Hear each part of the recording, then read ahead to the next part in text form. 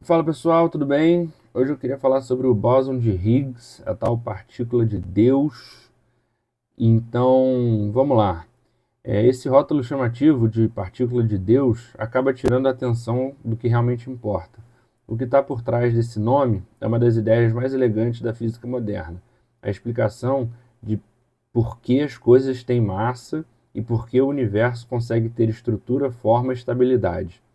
É um daqueles conceitos que, no começo, parecem abstratos, mas quanto você mais entende, mais faz sentido.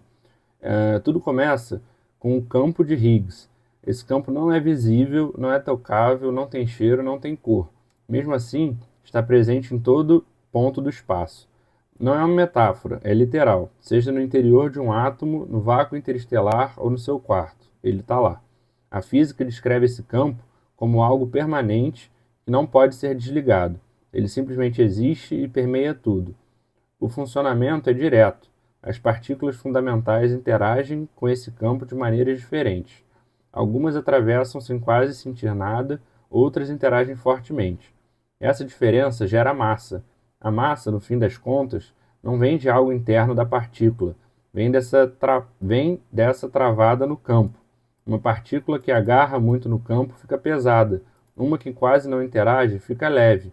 Esse é o mecanismo de Higgs. E aí entra o bóson de Higgs. Ele não é o campo, ele é a vibração do campo. Se alguém chacoalha a superfície de um lago, aparece uma onda. A onda é a resposta do lago. O bóson é a resposta do campo. Ele surge quando o campo é excitado em condições extremamente energéticas. É por isso que não encontramos essa partícula no dia a dia. Ela só nasce em eventos violentíssimos, tão intensos que só existiram naturalmente nos primeiros instantes após o Big Bang. O único jeito de reproduzir algo minimamente parecido com esse ambiente é construindo máquinas gigantes como o LHC, o acelerador de partículas na fronteira da Suíça com a França, e ali prótons giram em túneis de quase 30 quilômetros de extensão, viajando a velocidades próximas à da luz. Esses prótons são acelerados ao máximo e depois colidem frontalmente. Cada colisão é um pequeno laboratório do caos. Partículas se destroem, se recombinam, surgem por frações de segundos e desaparecem. O Higgs aparece nesse meio por um instante quase impossível de detectar. Ele surge e se desfaz imediatamente em outras partículas.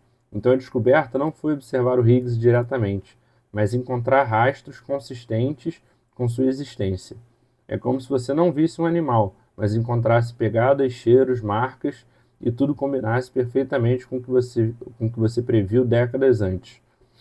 Esse é outro ponto fascinante. A teoria do Higgs foi escrita nos anos 1960. Na época, ninguém tinha tecnologia para testar nada disso. Era matemática pura e ousadia intelectual. A ideia era tão sólida que resistiu por décadas. E depois de todo esse tempo, equipes do mundo inteiro construíram um acelerador de partículas bilionário, coletaram dados por anos e acabaram confirmando o que estava previsto. Poucas vezes na ciência uma teoria ficou tão, tão tempo pendurada até ganhar confirmação de verdade.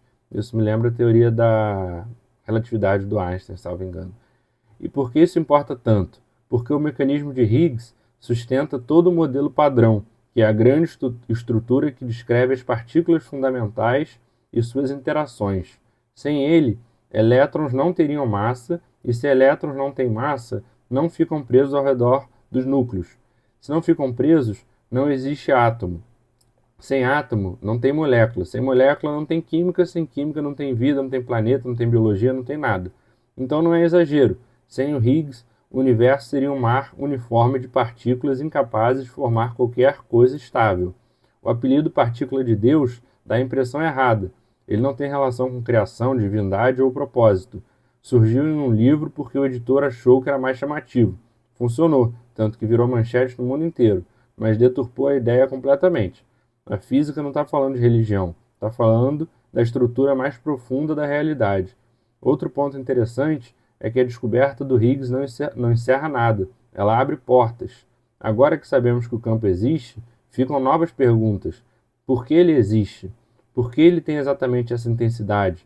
Será que existe uma versão do Higgs mais pesada escondida? Será que ele se conecta a partículas que ainda não conhecemos? Será que ele ajuda a explicar a matéria escura que compõe grande parte do universo?